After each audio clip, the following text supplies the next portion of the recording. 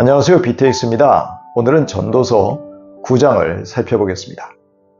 전도자는 8장에서 세상에서 일어나는 모든 일들을 알 수도 없고 그것을 안다고 말할 수 있는 지혜자도 없다고 주장했었습니다.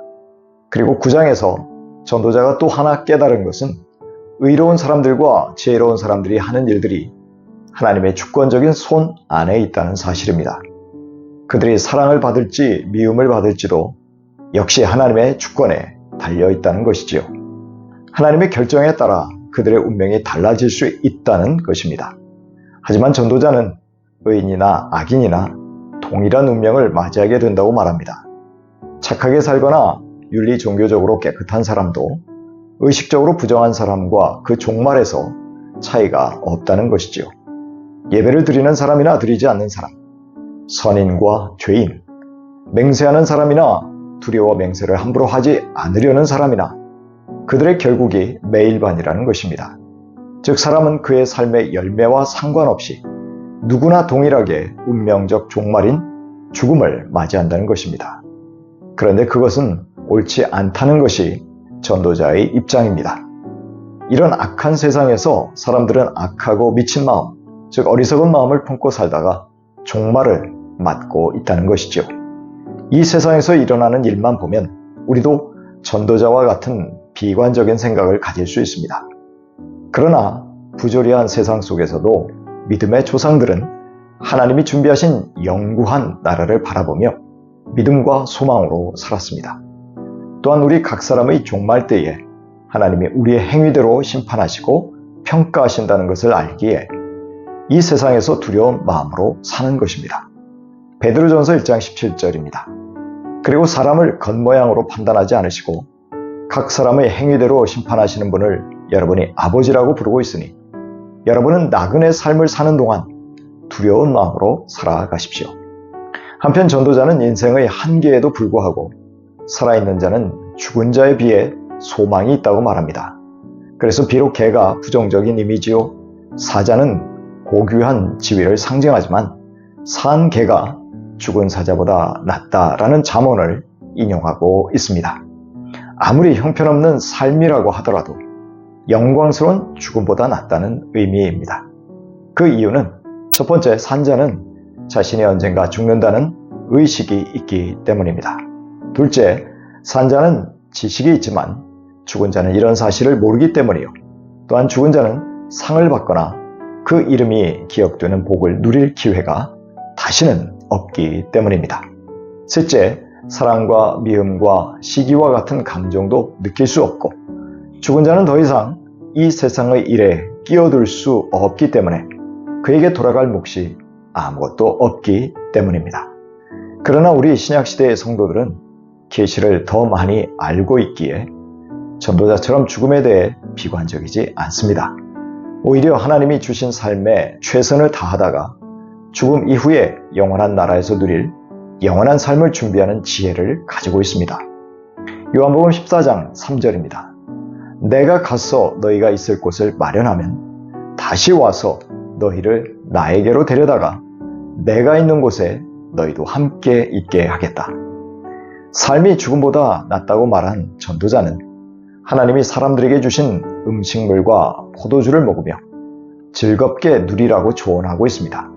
그 근거는 하나님이 사람이 하는 그 일들을 벌써 기쁘게 받으셨기 때문입니다.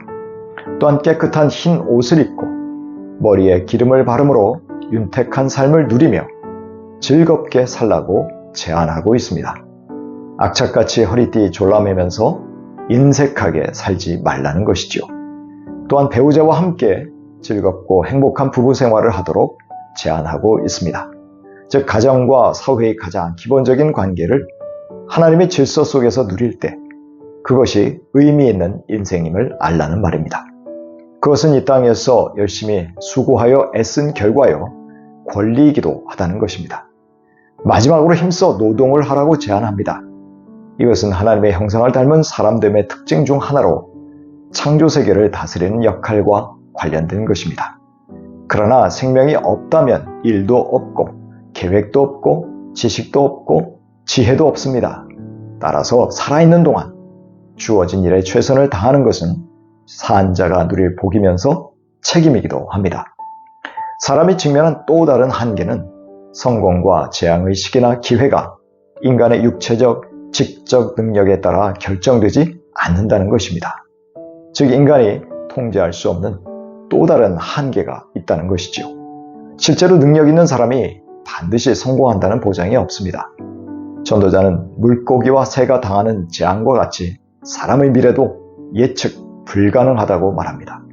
이 말은 누구나 때와 기회를 얻지만 그것을 분별하지 못해 잘못 판단하는 각자의 실수와 잘못도 염두에 둔 것입니다. 그럼에도 두려워 주저할 필요는 없을 것입니다. 우리의 길이 되신 예수님을 의지하고 따라가면 모든 것을 합력하여 선을 이루시기 때문입니다. 전도자는 큰 왕이 가진 거대한 군사력이 작고 인구도 많지 않은 어떤 성읍을 점령하지 못한 이야기를 전해줍니다. 그 이유는 가난한 지혜자가 뛰어난 전략으로 성을 위험에서 구해내었기 때문입니다. 이것은 사람의 상식을 깨는 일이었습니다. 이처럼 지혜는 무력보다 훨씬 더 효과적일 수 있음을 보여줍니다.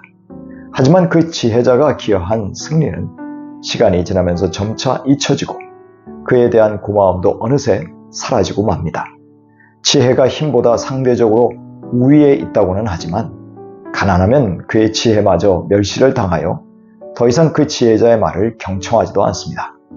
그렇게 지혜의 가치는 사람의 사회, 경제적 지위에 따라서 폄하되기도 하는 것이지요. 하지만 전도자는 어찌되었든 지혜자가 통치자의 고함치는 소리보다 더 낫다고 말합니다. 통치자의 목소리는 클지 몰라도 그 내용이 빈약하기 때문입니다. 그래서 조용한 지혜가 외치는 어리석음보다 낫고 지혜가 무기보다 낫다고 결론 내립니다. 그러나 우매한 죄인 한 사람이 언제든지 지혜자들이 쌓은 선한 업적들을 무너지게 할 수 있음도 경고하고 있습니다. 하나님의 주권을 인정한다는 가장 좋은 신뢰는 아마도 욥일 것입니다. 그는 재난 속에서도 모든 것은 하나님의 손에 있다는 것을 끝까지 확신했기 때문입니다. 욥기 1장 20절 이하입니다. 이때 욥은 일어나 슬퍼하며 겉옷을 찢고 머리털을 민 다음에 머리를 땅에 대고 엎드려 경배하면서 이렇게 말하였다. 모태에서 빈손으로 태어났으니 죽을 때에도 빈손으로 돌아갈 것입니다. 주신 분도 주님이시요 가져가신 분도 주님이시니 주님의 이름을 찬양할 뿐입니다. 이렇게 욥은 이 모든 어려움을 당하고서도 죄를 짓지 않았으며 어리석게 하나님을 원망하지도 않았다. 욥기 42장 10절입니다.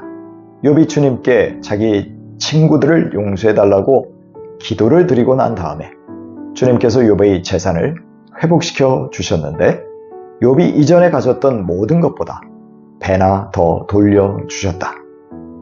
욥기는 우리에게 하나님의 주권을 인정하고 끝까지 인내하며 기다리는 것이 지혜임을 분명히 가르쳐주고 있습니다. 오늘도 하나님의 모든 주권, 인도하심에 우리의 모든 삶을 맡겨드리시길 축복합니다.